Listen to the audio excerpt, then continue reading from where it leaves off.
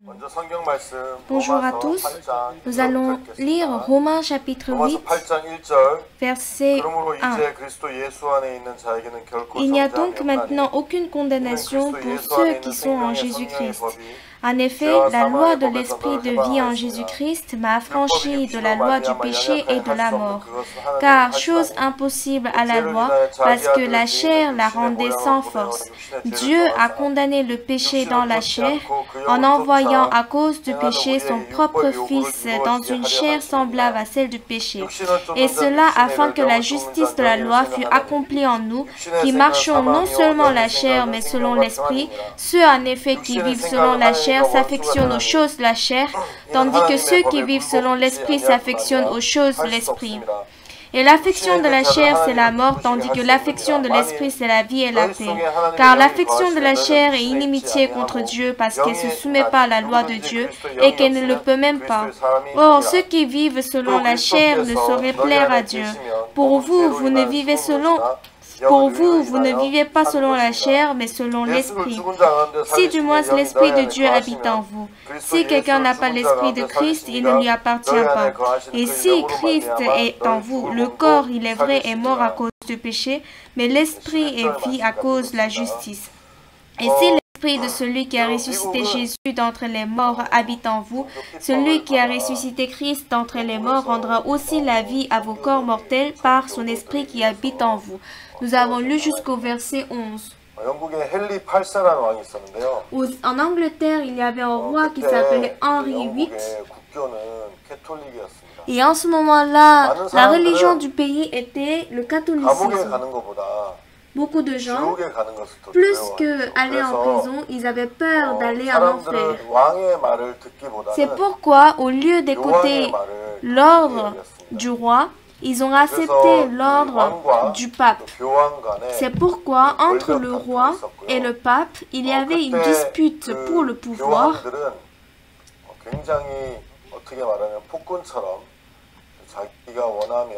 Et en ce moment-là, les papes pouvaient dire: ah, tu veux aller au paradis, alors fais ceci. Tu veux pas aller en enfer, tu dois faire ça.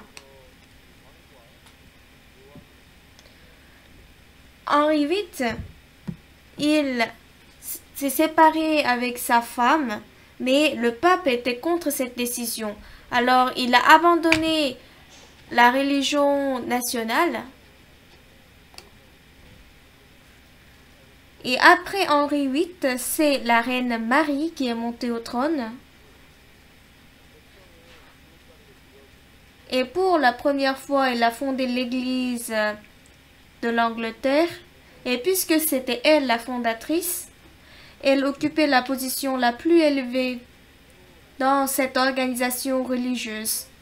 Alors la reine Marie, en tant que reine et aussi en tant que dirigeante d'une religion, c'est-à-dire elle jouait le rôle de médiateur entre Dieu et le peuple.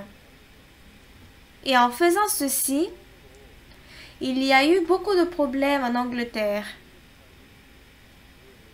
Beaucoup de religieux, surtout les puritains qui sont allés aux États-Unis, et aussi les autres dénominations étaient contre l'Église de l'Angleterre.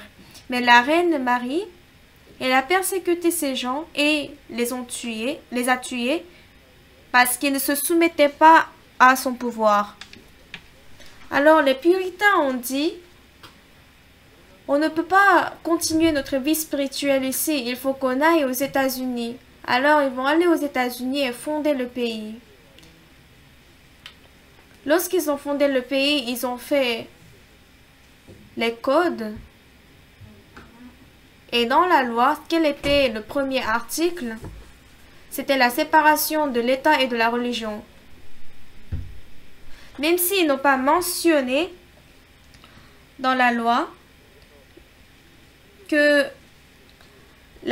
l'Église et la religion doivent être séparées. Donc, l'État ne pouvait pas s'entremêler au travail de l'Évangile et vice-versa. Par exemple, si la religion du roi change, beaucoup de personnes doivent mourir. S'il change encore sa religion, alors les gens de la religion opposée doivent encore mourir. De cette manière, il ne voulait pas que l'État et la religion soient mixés. Donc, ils ont fixé ça par la Constitution.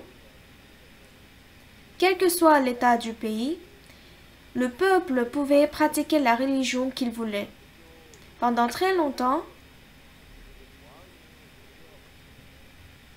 il y avait cette Constitution et les États-Unis est devenu le pays qui croyait en Dieu et en un très court temps, il est devenu le pays le plus puissant. C'est pourquoi, lorsque les Américains fondaient un quartier, ils ont d'abord construit l'église, ensuite l'école et après cela les maisons d'habitation. J'habite à New York et lorsque je vois les quartiers, je vois que l'église se trouve au centre de la ville. Et lorsque je conduis 1 heure à peu près d'ici, il y a une ville qui s'appelle Brooklyn, Manhattan. Et dans cette ville, il y a 1 ou 2 églises dans chaque bloc. De cette manière, ils servaient chaleureusement Dieu et c'est les États-Unis qui ont envoyé le plus de missionnaires. Et c'était l'acteur principal dans l'évangélisation. Ils ont commencé la journée par la prière et même à l'école, il y avait un temps de prière. Et lorsqu'ils faisaient un jeu sportif ou lorsqu'il y avait un entraînement sportif, toujours dans la cour, ils se sont réunis, ils se sont mis à genoux, ils se sont tenus les mains pour prier ensemble avant de commencer les exercices. Et après l'entraînement, avec le coach, ils se sont réunis pour prier aussi. Ainsi, dès l'enfance, ils ont servi et ils ont loué Dieu. Et les États-Unis étaient au milieu de cette évangélisation dans le monde entier. Cependant, Satan est très rusé. Qu'est-ce que Satan a fait? Un jour, un juif a proposé ce problématique. La raison pour laquelle ils ont séparé l'État et la religion aux États-Unis, c'est parce que lorsque le dirigeant change sa religion, c'était pour que ce dirigeant ne puisse pas persécuter les chrétiens. C'est pourquoi ils ont fait cette séparation de l'État et de la religion. En fait, c'était pour protéger le christianisme du tyran. Mais comment est-ce que Satan a transformé cette loi?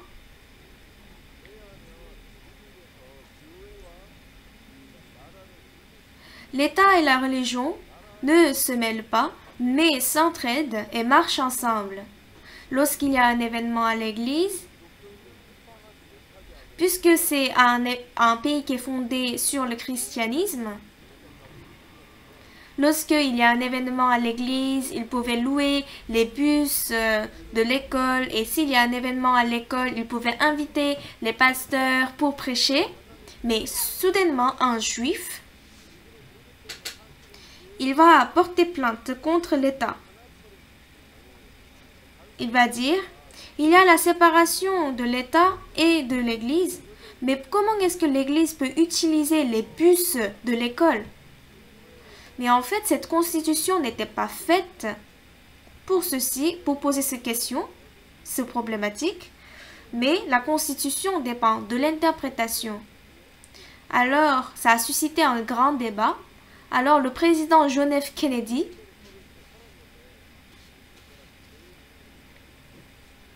va travailler pour la séparation de l'État et de l'Église. et ils vont dire que c'est contre la Constitution de prier à l'église. En effet, cette Constitution avait été faite pour protéger le christianisme, mais en utilisant cette Constitution au contraire, ils ont limité ce pouvoir de l'église. Les États-Unis, même si la religion nationale n'est pas le christianisme, c'est un pays chrétien. Mais ce qui est étonnant, c'est que dans les bibliothèques publiques, on ne peut pas, ils n'ont pas de Bible parce que l'État et la religion sont séparés. C'est intéressant, n'est-ce pas? Donc l'école ne peut pas prêcher l'évangile et ils ont même enlevé ce temps de prière. Auparavant, avant un match de sport, ils ont prié « Dieu, aide-nous, protège-nous pour qu'on ne se blesse pas ». Ainsi, les élèves et le coach étaient réunis pour prier ensemble. Mais maintenant, c'est la liberté individuelle de prier, mais le coach ou le directeur ne peut pas prier ensemble.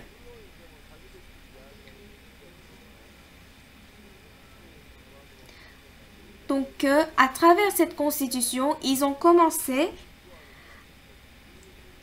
à s'éloigner de Jésus.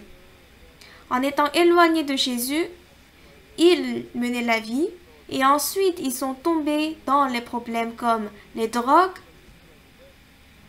Les États-Unis étaient un très beau pays, mais maintenant c'est un pays qui est corrompu. Ce qui est le plus important aux États-Unis, c'est que cet évangile doit entrer à nouveau dans le cœur des Américains et il faut que Jésus soit établi dans leur cœur. S'ils quittent l'évangile continuellement, s'ils s'éloignent de Jésus, alors je crois que bientôt il y aura un grand problème. Satan est très rusé et il travaille avec beaucoup de malice. Pas seulement ceci, mais quand je considère mon cas, qui ait reçu le salut, ou lorsque je considère le cas des missionnaires aux États-Unis, je peux voir comment est-ce que Satan pénètre dans notre vie quotidienne avec la ruse en sorte qu'on ne puisse pas louer Dieu. Il y a des gens qui font la constitution, le système ou la loi dans la société et Satan fait en sorte que ces personnes ouvrent le chemin dans le sens opposé de la parole de Dieu. Vous êtes en train d'obéir à ce monde et vous vivez, mais si vous menez la vie spirituelle avec les choses apprises dans ce monde, alors il y aura beaucoup de conflits dans votre cœur. Dans la Bible, il y a cette parole que c'est plus béni de donner que de recevoir. Est-ce que vous avez envie de recevoir ou de donner? Qui aime donner plus? Si on reçoit, ça veut dire on a plus de choses. Alors nous tous, on aime recevoir. Dans ce système du monde, tout le monde aime recevoir et il pense que c'est un grand bonheur de recevoir. Mais en servant le Seigneur, qu'est-ce que j'ai découvert? J'ai découvert qu'il y a plus de bonheur à donner qu'à recevoir. Les gens qui donnent, ils donnent continuellement. S'ils donnent et qu'ils n'ont plus de possession, comment est-ce qu'ils peuvent continuer à donner? Mais en effet, si on donne, il y a plus de choses à donner. Et les gens qui reçoivent? Les gens qui reçoivent, ils doivent être en abondance, c'est normal. Mais lorsqu'on voit leur cas, ils ne font que recevoir continuellement. Lorsqu'ils reçoivent, ils ne seront pas en abondance, mais ils seront toujours en position de recevoir continuellement et ils auront des difficultés. Lorsque nous faisons la cantate de Noël ou bien le séminaire, il y a les églises de Corée qui nous aident. Mais je dis aux missionnaires qui sont à côté de moi, nos églises ne doivent pas être celles qui reçoivent, mais nous devons donner. C'est une plus grande bénédiction pour nous. Bien sûr, les églises et les pasteurs coréens nous supportent. Lorsqu'ils nous donnent, c'est pas bien de refuser, donc on accepte. Mais notre église aussi doit continuellement donner.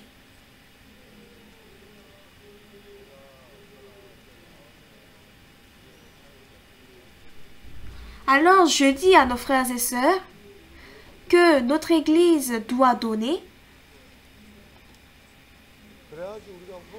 Alors je peux voir que Dieu ne nous laisse jamais dans les difficultés. Normalement, si on fait beaucoup d'événements, on doit rencontrer beaucoup de difficultés et si on donne continuellement, on doit être pauvre. Mais de plus en plus que le temps passe, je peux voir que Dieu nous donne plus d'abondance, plus de bénédictions et il nous remplisse de beaucoup de choses.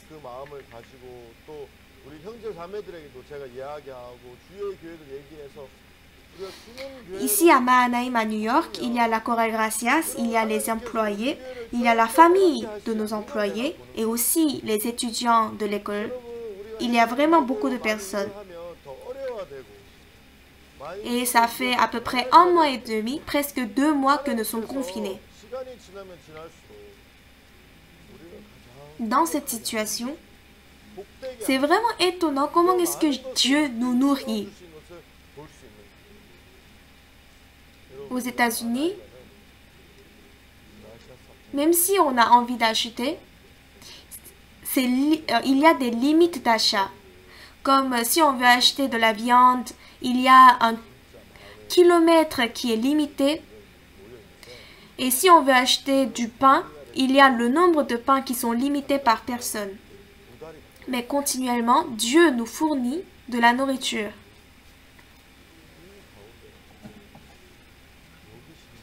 Il y a une grande boulangerie qui nous fournit du pain. Et un jour, le patron nous a dit, « Je suis désolé, mais ne venez plus. » Pourquoi? À cause du coronavirus, il n'y a pas de quantité suffisante du pain, alors nous ne pouvons pas vous donner. Même si on ne mange pas du pain, c'est pas très grave, mais quand même, c'est bien de manger du pain quelquefois. Alors on s'est dit, ah c'est vrai, qu'est-ce qu'on doit faire? Est-ce qu'on doit aller acheter du pain continuellement? Et c'est dangereux d'être en contact avec les gens. Donc on s'inquiétait. Mais tout à coup, ce patron nous a appelés. Il y a beaucoup de pain, donc venez avec une grande voiture. On était étonnés. Mais comme le patron nous a dit de venir, on est parti dans une très grande voiture.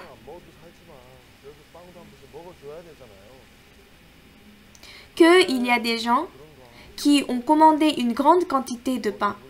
Mais il y avait une erreur dans leur communication. Donc cette boulangerie a fait du pain plus que la quantité commandée. Il y a à peu près 200 personnes qui sont ici à Mahanaim et nous avons mangé ces pains-là pendant 3 semaines. On n'a pas mangé chaque jour 3 fois, mais il y avait une grande quantité du pain. Dieu nous a donné de la viande également. Il y a une entreprise qui nous a dit, venez, on va vous donner du poulet frit.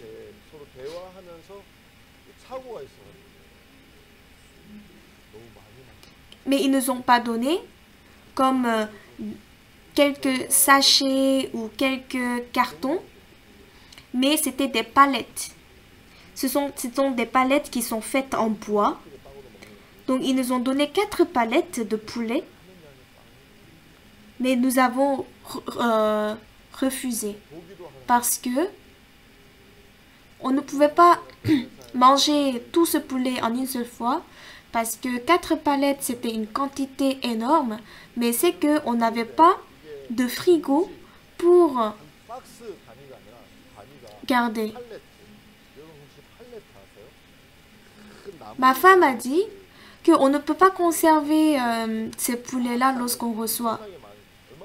Dieu a continuellement, nous a continuellement fourni de la nourriture, donc on n'avait plus de place où garder ces poulets, donc on a rejeté cette offre.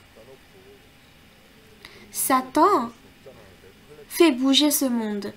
Alors quand on voit le flux de ce monde, nous pouvons remarquer qu'il est l'opposé de Dieu. Alors avec les concepts de ce monde, nous ne pouvons pas apprendre ou nous ne pouvons pas accepter le monde de Dieu. Si vous avez gardé ces concepts de ce monde, alors il y aura beaucoup de conflits dans votre cœur. Quand nous lisons dans la Bible, je vous ai dit récemment qu'il y a la grâce.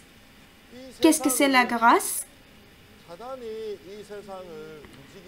C'est ce que Dieu nous donne à 100%. Par exemple, si dans cette grâce, il y a 5% ou 10% de vos efforts, alors ça, ce n'est plus la grâce. Et à travers cette méthode, Dieu ne pourra jamais vous bénir. Ce qui est fait à 100% par le Seigneur, c'est ça la grâce. Alors, lorsque nous lisons la Bible, lorsque Jésus est venu sur la terre, il y a des gens qui ont porté la grâce. Ce n'étaient pas des gens qui ont fourni des efforts et qui étaient bien, qui ont reçu le salut. Mais comme la femme qui est prise en flagrant délit d'adultère, elle a été prise en flagrant délit d'adultère et elle était sur le point d'être lapidée. Elle ne pouvait rien faire. Ensuite, il y a le fils cadet qui a gaspillé le bien de son père. Ce fils cadet a porté la grâce.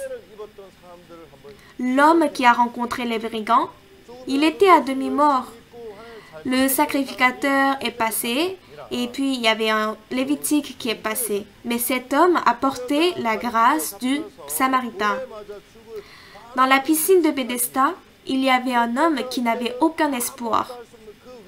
Il y avait beaucoup de malades dans cette piscine qui étaient déterminés à se jeter dans l'eau lorsque l'eau sera agitée.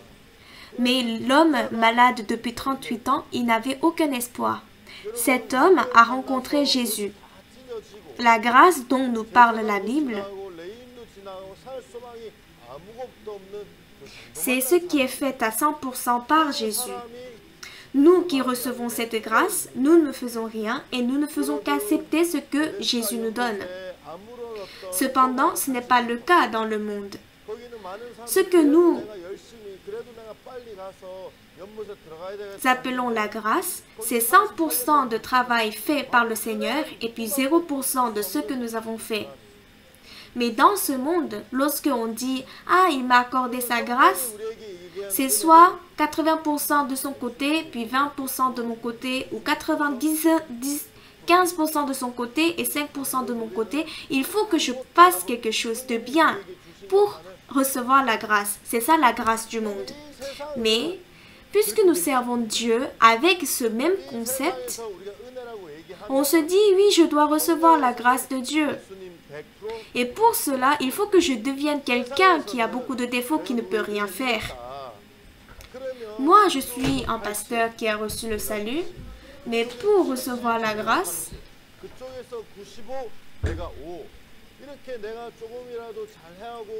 alors je peux voir que parfois je suis en train de fournir des efforts pour bien agir.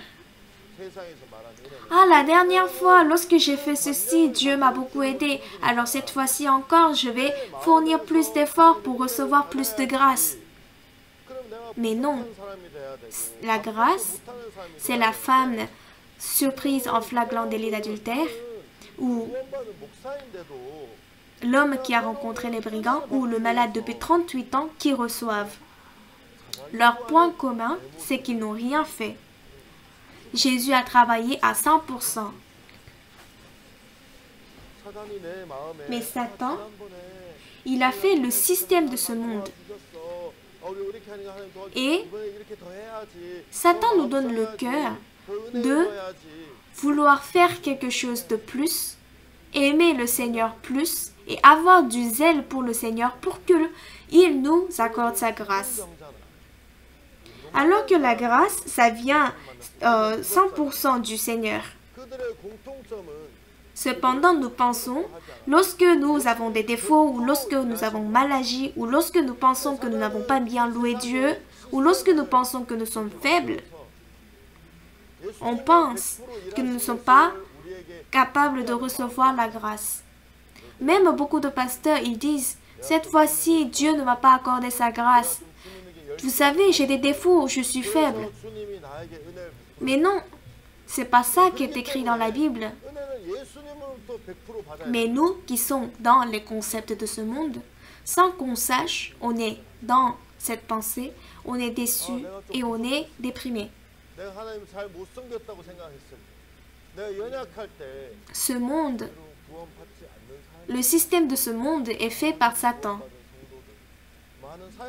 Avec le système de ce monde, nous ne pouvons jamais louer Dieu. C'est pourquoi, pour servir Dieu, il ne faut pas suivre les choses de ce monde, mais il faut accepter les choses de Dieu dans le cœur.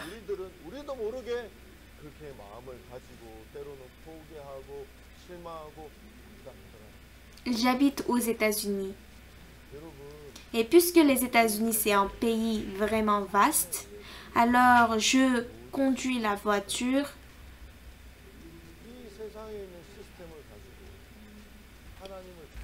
Donc, je pense que de New York jusqu'à une autre ville, ça fait 5000 km environ. Jusqu'à LA, c'est 5000 km. Mais je vais au moins 2 fois par an à LA. Lorsque il y a le camp à Los Angeles, j'y vais. Et quand il y a la tournée de cantate, je conduis jusqu'à LA. Donc, je vais là-bas 2 fois. Et je vais aussi à Dallas. Et Dallas est distant de 2400 km de New York. Je vais aussi à Dallas. Et l'année dernière, nous avons acheté un collège à Springfield. Cette année, j'ai pas pu y aller, mais l'année dernière, je suis allée plusieurs fois. Je ne sais pas exactement c'est combien de kilomètres de distance, mais de New York à Springfield, ça prend à peu près 20 heures dans la voiture. 20 heures de conduite seulement. Donc sans se reposer, on part jusqu'à Springfield, ça prend 20 heures. Et Atlanta et Chicago, ça prend 15 heures en voiture. Quand on fait la tournée de cantate, et quand on fait le camp des étudiants, et quand on fait le séminaire, vraiment, on fait des voyages à longue distance. Il y a des bus, donc pour que les frères et sœurs et les pasteurs se déplacent, on utilise le bus. Moi aussi, j'ai le permis de bus. Et quand on a besoin, on change de chauffeur. Lorsque j'ai conduit le bus, un jour, je me suis dit, « Ah, ça serait bien si ma femme aussi a ce permis de conduire. » Parfois, lorsque je conduis une longue distance, je suis fatiguée. Mais s'il y a quelqu'un qui peut me remplacer, alors on peut aller plus rapidement. Alors si ma femme, elle a le permis de conduire, elle peut m'aider et ça serait vraiment bien. Alors j'ai dit à ma femme, il faut passer le permis de conduire pour le bus. Elle a dit non, je ne peux pas. Je lui ai dit, je vais t'expliquer. Toujours je dis à ma femme que ce permis de conduire, ce n'est pas toi qui l'as eu, mais c'est moi qui t'ai aidé à l'avoir. Pour passer le code, je lui ai dit de ne pas regarder tout le livre, mais je lui ai fait un résumé des points essentiels.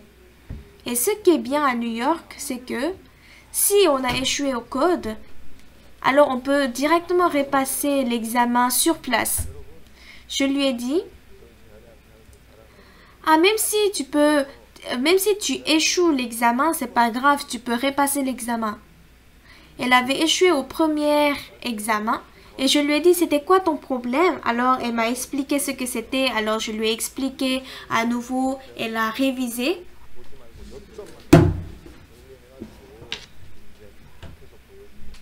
Alors moi, j'ai fait le 80% et ma femme, elle a fait 20% de ce code, elle a passé le code. Et je l'ai aussi aidé pour apprendre à conduire le bus. Aux États-Unis, on passe l'examen de permis de conduire sur la route publique et c'était la même voie que j'avais passée. Donc je connaissais déjà l'itinéraire. Donc je ne sais pas si c'est permis ou pas. Donc je suis venue dans la voiture avec ma femme et je lui ai montré, tu vois, tu vas aller comme ça et tu vas tourner de cette manière. Donc dans ma voiture, on est passé pour voir la route et même le jour de l'examen, donc je suis partie avec ma femme et je lui ai dit, rappelle-toi bien, c'est ce que tu dois faire. Et ce qui est le plus important, le jour de l'examen, l'examinateur avait oublié qu'il devait travailler ce jour-là, donc il n'est pas venu. On a attendu 1 heure, 2 heures, il n'est pas venu. Alors, on a appelé le centre d'examen et ils nous ont dit, ah, l'examinateur, il n'est pas venu. Alors, l'examinateur, il est venu en hâte. Normalement, les examinateurs, ils sont très stricts et lorsque on fait une très petite erreur, ils parlent mal. Donc, il disait, oh, je suis vraiment désolé. Et ma femme était la première à passer l'examen.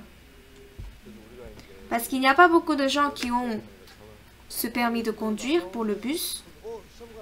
Alors, lorsque je conduis, ce n'est pas très souvent, mais parfois, lorsqu'on est en train de rouler sur l'autoroute, ma femme me remplace et je dors pour 2 ou 3 heures. Et c'était vraiment confortable. J'ai réfléchi.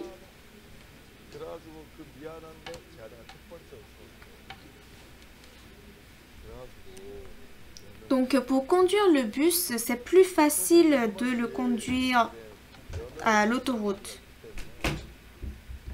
Même si la voiture est longue, il y a la vitesse, donc c'est facile de conduire.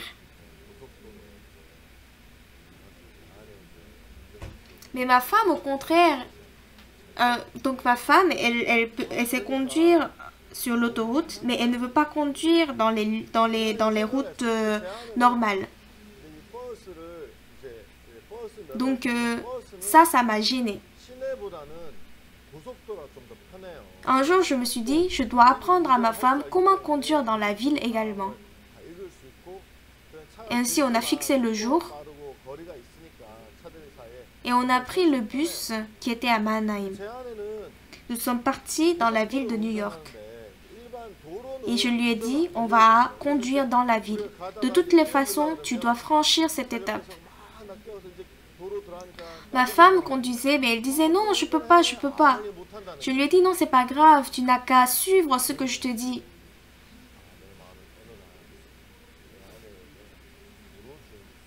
Donc moi aussi, j'étais nerveux parce qu'il y avait beaucoup de voitures et il y avait du monde.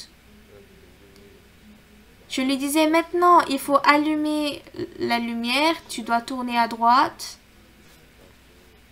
Mais continuellement, ma femme disait qu'elle ne peut pas.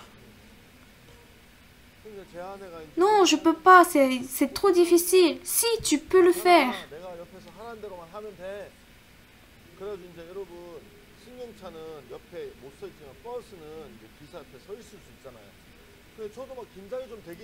Comme par exemple dans la ville, il y a une voiture devant nous, on peut changer la route.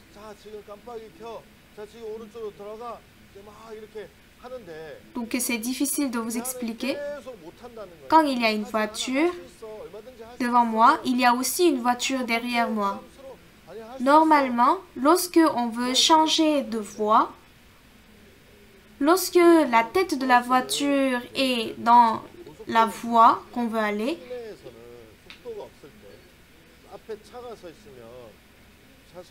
on peut directement entrer. Mais par contre, si c'est un bus, parce que la voiture est grande, il faut que la tête de la voiture aille jusqu'au deuxième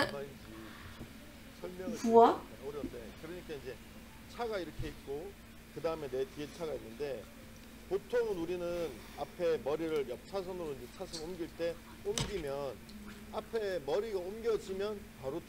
Donc,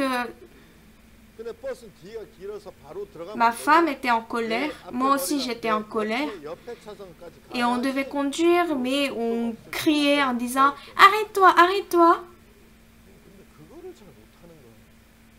Au beau milieu de la voiture, on s'est disputé.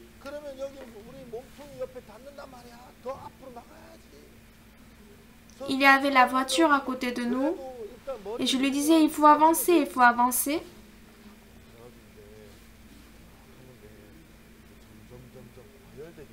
Et c'était une route et on avait bloqué toute la route. Donc c'était honteux. Les voitures qui étaient derrière nous klaxonnaient et on devait libérer la route. Mais j'étais vraiment en colère. Et les voitures qui passaient nous insultaient. Et j'ai dit à ma femme, il faut descendre. Et puis je lui ai dit, je ne vais jamais te demander de conduire. Et comme ça, la situation a pris fin. Mais j'ai dit à ma femme, tu vois, c'est pareil en Corée aussi, mais aux États-Unis, c'est pas seulement les hommes qui conduisent le bus, mais il y a aussi des femmes qui conduisent le bus. Ma femme disait non, moi je peux pas. Et je lui disais non, qu'est-ce que tu peux pas, tu peux le faire. Ces gens qui conduisent le bus, est-ce qu'ils avaient le permis de conduire depuis leur naissance? Non. C'était difficile pour eux, c'était un fardeau pour eux, mais puisqu'ils l'ont fait, ils ont pu le faire. Aux États-Unis, il y a de grands camions. Donc, il y a des camions qui sont vraiment longs. Et parfois, lorsqu'on va dans les stations pour mettre de l'essence,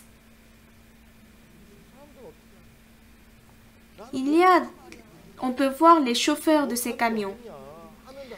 Mais ce sont des grands-mères, ce sont des vieilles dames qui ne peuvent pas bien marcher. Aux États-Unis, il y a beaucoup de femmes qui conduisent. Donc, en faisant ce travail, même si ces gens ils sont âgés, ils continuent ce travail. Et j'ai dit à ma femme, tu vois ces vieilles dames, elles ont appris à conduire le camion depuis leur naissance? Non, c'était difficile, mais pour travailler, elles l'ont fait. La pensée qui te dit que tu ne peux pas conduire, c'est juste ta pensée. Mais on ne pouvait pas toujours se battre, se disputer à cause de ça. Et je lui ai dit, il ne faut jamais conduire encore. Et dans mon cœur, je me suis dit, ah, c'est pas possible pour ma femme de conduire le bus dans la ville. Alors, je me suis satisfait seulement qu'elle conduise dans les autoroutes. Mais je pense que c'est pareil la vie spirituelle. Dans mon cœur, en tant que pasteur, je me dis que j'ai des défauts, que je suis paresseux, que je ne suis pas bien. Mais ce qui est très important, où est-ce que vous placez votre cœur? Est-ce que vous allez regarder le fait que vous êtes paresseux et que vous avez des défauts? Alors marcher selon la foi, c'est un grand fardeau. Moi, je me suis dit, pourquoi est-ce que tu ne peux pas conduire le bus dans la ville? Il y a aussi d'autres femmes qui conduisent le bus. Ça, c'était mes pensées. Mais ma femme, elle disait, pourquoi tu me demandes de le faire? Moi, je ne peux pas. Il faut demander à quelqu'un qui sait bien conduire de conduire le bus. Je ne sais pas le faire, mais pourquoi tu me demandes de le faire?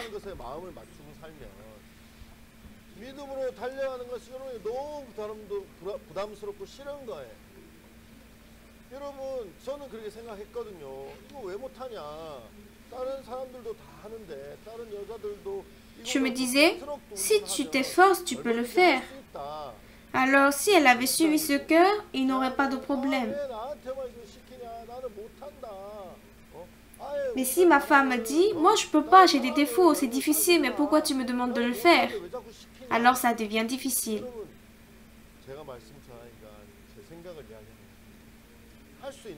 Comme si on me demande de courir 100 mètres en 10 secondes, ça sera un fardeau pour moi. Je vais dire non, je ne peux pas. Mais ce qui est important, qu'est-ce que c'est? Il y a 2000 ans, Jésus, lorsqu'il mourait sur la croix, il n'est pas seulement mort pour vos péchés, mais il est également mort pour vos défauts, pour votre cœur charnel, vos faiblesses, vos problèmes, vos larmes, vos maladies. Pour toutes ces choses, Jésus a été crucifié. Comme on l'a dit hier, Jésus a accompli toutes ces choses et il s'est reposé. C'est pourquoi je n'ai pas les défauts.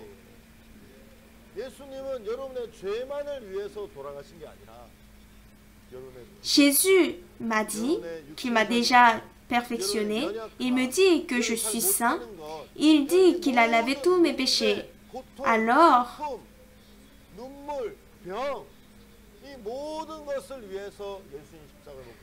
en me basant sur mes jugements et sur les choses que j'ai vues dans ce monde, je ne peux pas comprendre la parole.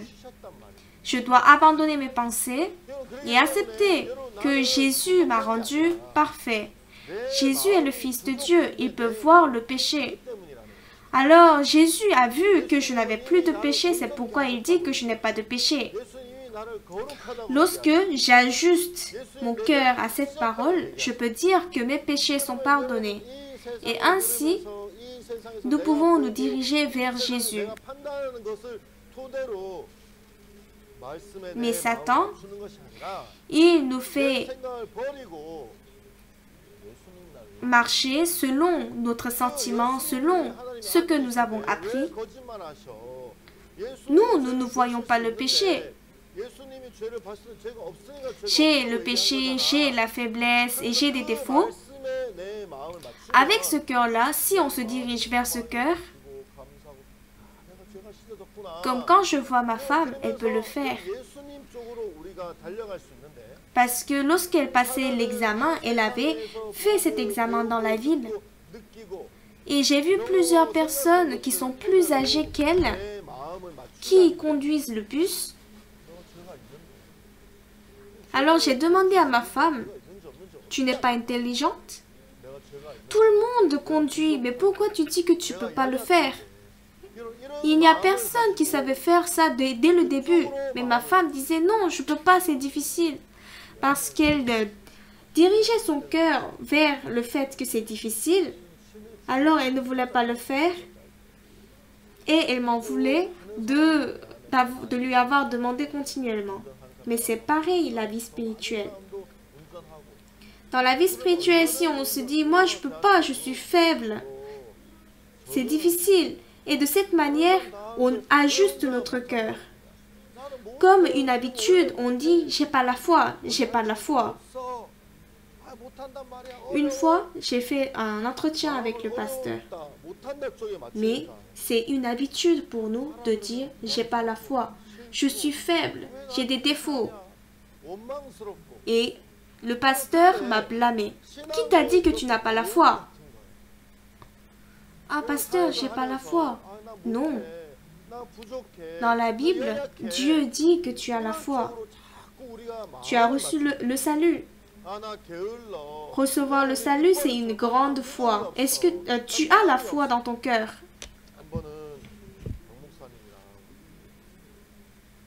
Nous pensons que le pasteur nous blâme parce que nous n'avons pas la foi, mais ce n'est pas ça. C'est pas parce que nous n'avons pas la foi, mais c'est parce que nous sommes conformés au cœur de Satan qui nous dit que nous n'avons pas la foi. Pasteur dit, non, dans la Bible, il est écrit que tu es la personne qui a la foi. Tu as reçu le salut. Si tu as reçu le salut, ça veut dire que tu as cru en la parole de Jésus. Et ça, c'est une grande foi que pas beaucoup de personnes ont dans ce monde. Que ce soit moi ou que ce soit les missionnaires ou les frères et sœurs qui sont avec moi, ils disent comme une habitude, j'ai pas la foi. Et ils adaptent leur cœur à cette pensée. Lorsque j'ajuste mon cœur à une personne qui est faible, alors il me semble que la vie spirituelle est difficile, que ça ne va pas marcher. Je suis une personne paresseuse, mais si je veux courir pour l'évangile, tu suis une personne paresseuse, mais comme on me dit de marcher en suivant la foi, alors la vie spirituelle ou le ministère est difficile et je me dis, ah, un jour on va me chasser. Pourquoi est-ce que mon cœur tombe dans ces pensées? C'est parce que nous ajustons notre cœur à ce qui est différent de Jésus. Non, qu'est-ce que Jésus a dit dans la parole? Dans la parole, Jésus a dit que tu es juste. Alors, si Jésus a dit que tu es juste, alors tu es juste. Si Jésus a dit que tu es parfait, alors tu es parfait. Alors, si nous ajustons notre cœur à la parole de Jésus, alors marcher selon l'évangile et selon l'Église sera une grande bénédiction pour nous et nous pouvons vivre une vie bénie. Le passage que nous avons lu, verset 5, chapitre 8, verset 5, « Ceux en effet qui vivent selon la chair s'affectionnent aux choses de la chair, tandis que ceux qui vivent selon l'esprit s'affectionnent aux choses de l'esprit. Et l'affection de la chair, c'est la mort, tandis que l'affection de l'esprit, c'est la vie et la paix. » Je suis paresseux. D'où vient cette pensée? Ça vient de la chair. C'est la pensée que Satan a mis dans notre cœur. Si nous suivons cette pensée, alors je ne peux qu'être une personne paresseuse. Pourquoi est-ce que tu ne marches pas pour l'évangile? Non, moi je suis paresseux, je ne peux pas le faire. C'est un grand fardeau. Si nous suivons ce cœur, j'ai pas la foi, alors on se dit vivre par la foi, ça sera difficile. On a peur. Comment est-ce que je peux vivre comme ça toute ma vie? Non, je ne peux pas. Alors, j'abandonne et je dis que la vie spirituelle est difficile. Où est-ce que nous plaçons notre cœur?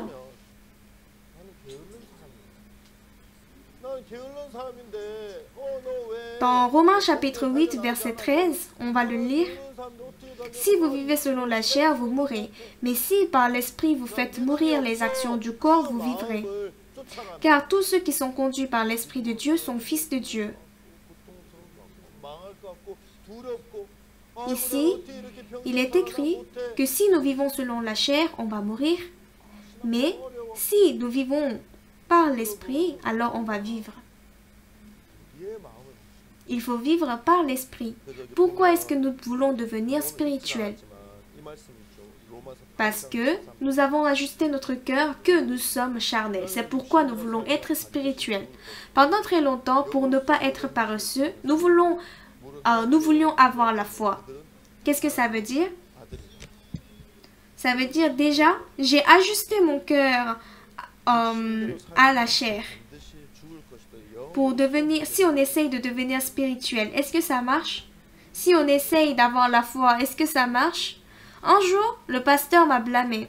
Pourquoi est-ce que tu essayes d'avoir la foi toi-même? La foi, ça vient de Dieu, c'est Dieu qui te le donne.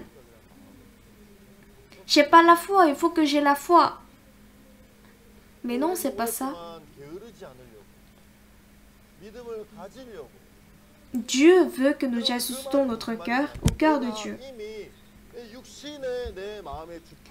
Ici, il est écrit que si nous vivons selon la chair, vous mourrez. Mais si par l'esprit vous faites mourir les actions du corps, vous vivrez. Qu'est-ce que Dieu a dit dans la Bible? Il a dit que nous sommes des gens qui ont la foi. Alors si nous ajustons notre cœur à cette parole,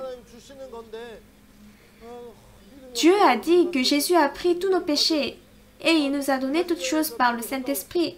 Alors même le problème qui est devant moi, je suis capable de le résoudre. Ainsi, lorsque nous suivons l'Esprit, alors nous n'allons pas tomber dans la chair et nous allons vivre une vie spirituelle.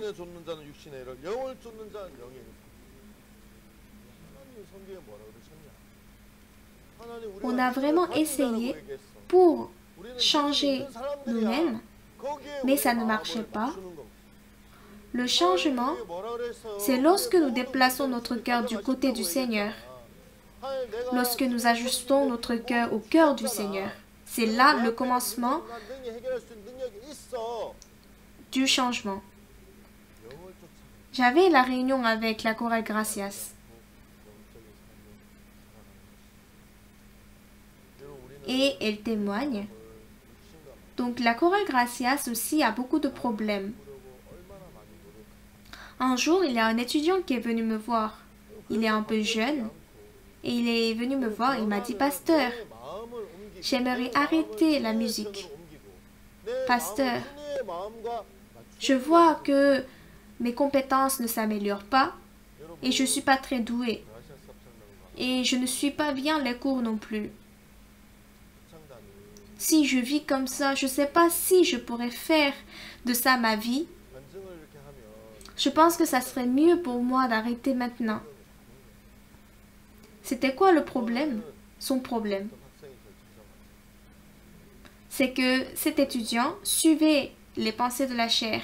Moi, je ne peux pas, j'ai des défauts. Tu sais, je ne suis pas doué. Mais Dieu a dit à la chorale Gracias de chanter pour l'évangile, de chanter seulement pour Dieu. Dans ce monde, il y a beaucoup de gens qui chantent, il y a beaucoup de gens qui jouent aux instruments de musique, mais il n'y a personne qui chante ou qui joue aux instruments de musique seulement pour Dieu. C'est seulement la chorale Gracias qui le fait. C'est la chorale la plus chère de Dieu.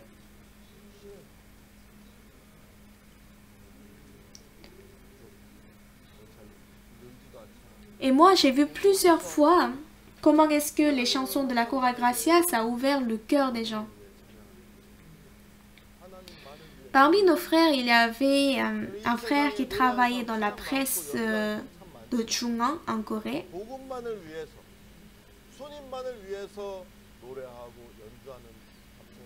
Et il y avait un concert auquel il m'avait invité. Jo Sumi, c'est une chanteuse qui est connue dans le monde entier. Mais je suis sortie au milieu du concert. Parce que en soprano, le son est vraiment aigu. Et lorsqu'on l'écoute une fois, ça va. Mais à force de l'entendre pendant 1 heure, j'avais mal aux oreilles. Et je me disais que mes oreilles allaient s'éclater. J'avais mal à la tête. Le programme durait d'1 heure à 2 heures, mais la soprano elle chantait continuellement. Et c'était tellement difficile pour nous de continuer de l'entendre, donc on est sorti au milieu du concert. La chorale Gracias chante devant beaucoup de pasteurs. Et lorsqu'elle chante, les pasteurs ouvrent leur cœur. Ils ouvrent leur cœur envers l'évangile, ils écoutent l'évangile. C'est une chorale précieuse que Dieu utilise.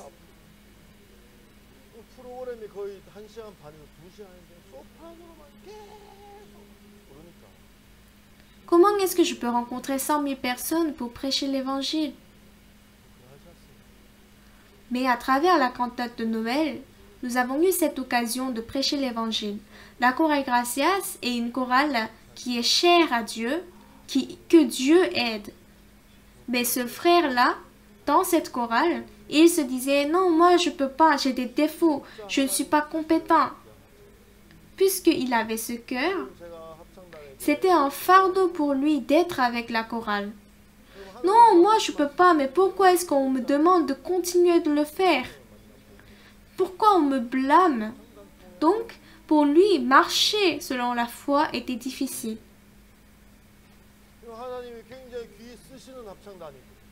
Pas seulement la chorale Gracias, mais le ministère et la vie spirituelle, c'est pareil. Vous transformez, vous changez en quelqu'un qui a la foi, ce n'est pas la vie spirituelle.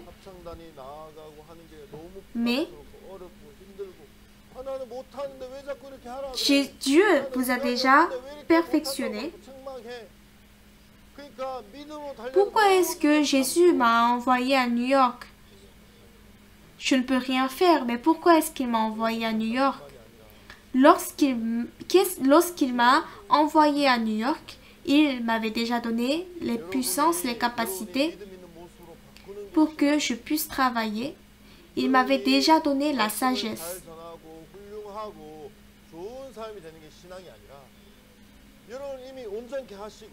Parce que Dieu l'a fait ainsi déjà, c'est pourquoi je peux le servir ici à New York. La vie spirituelle, ce n'est pas s'efforcer pour devenir quelqu'un qui a la foi et de bien servir Dieu. Mais c'est d'abord de connecter votre cœur au cœur de Dieu. Ceux qui suivent la chair vont penser aux choses de la chair, mais ceux qui suivent Dieu vont penser aux choses de Dieu.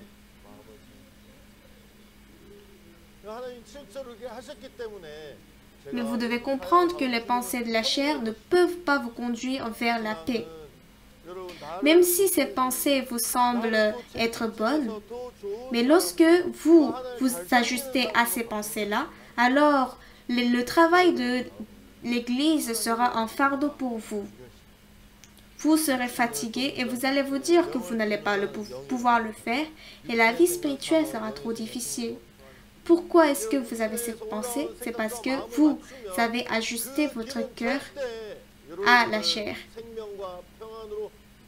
Mais il faut quitter la chair et il faut ajuster votre cœur au cœur de Dieu. Oui, la chorale Gracia, c'est la meilleure chorale. Dieu nous a déjà tout donné. Alors moi aussi, je suis capable de le faire. Si nous mettons notre cœur à cette pensée, oui, c'est vrai. Dieu m'a établi comme pasteur, alors il m'a déjà donné ses capacités. Si je prie, les gens seront guéris de leur maladie. Si je prêche, ils vont changer leur cœur. Et si je fais l'entretien, ils vont recevoir la sagesse. Ainsi, si nous ajustons notre cœur au cœur de Dieu, les frères et sœurs qui mènent la vie spirituelle, s'ils ajustent leur cœur à la volonté de Dieu également, c'est ça.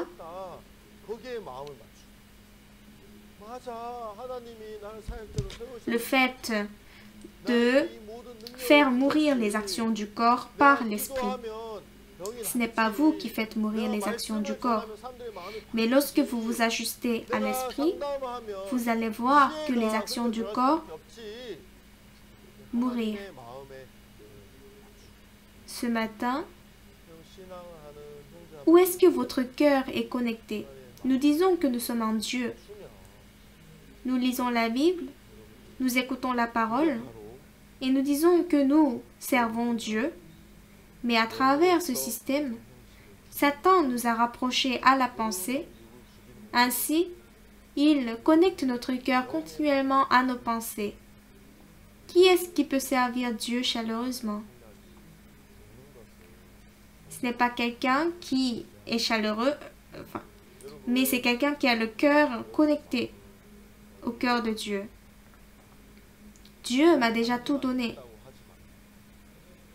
Lorsque je prêche l'évangile, Dieu va travailler.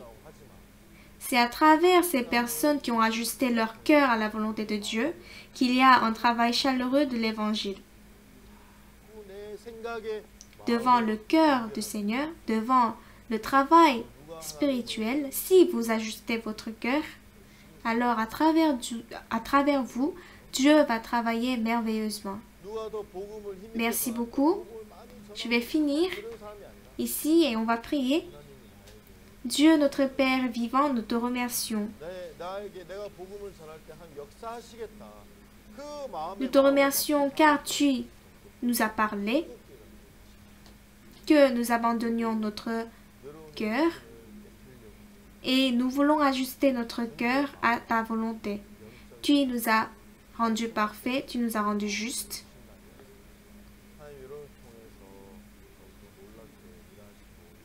Mais tu as fait en sorte qu'il n'y a aucune chose qui nous bloque d'avancer vers toi. Et nous voulons aller courageusement vers toi, que tu conduis notre cœur. Merci de nous avoir permis ce temps précieux et nous avons prié au nom de Jésus. Amen. Merci beaucoup.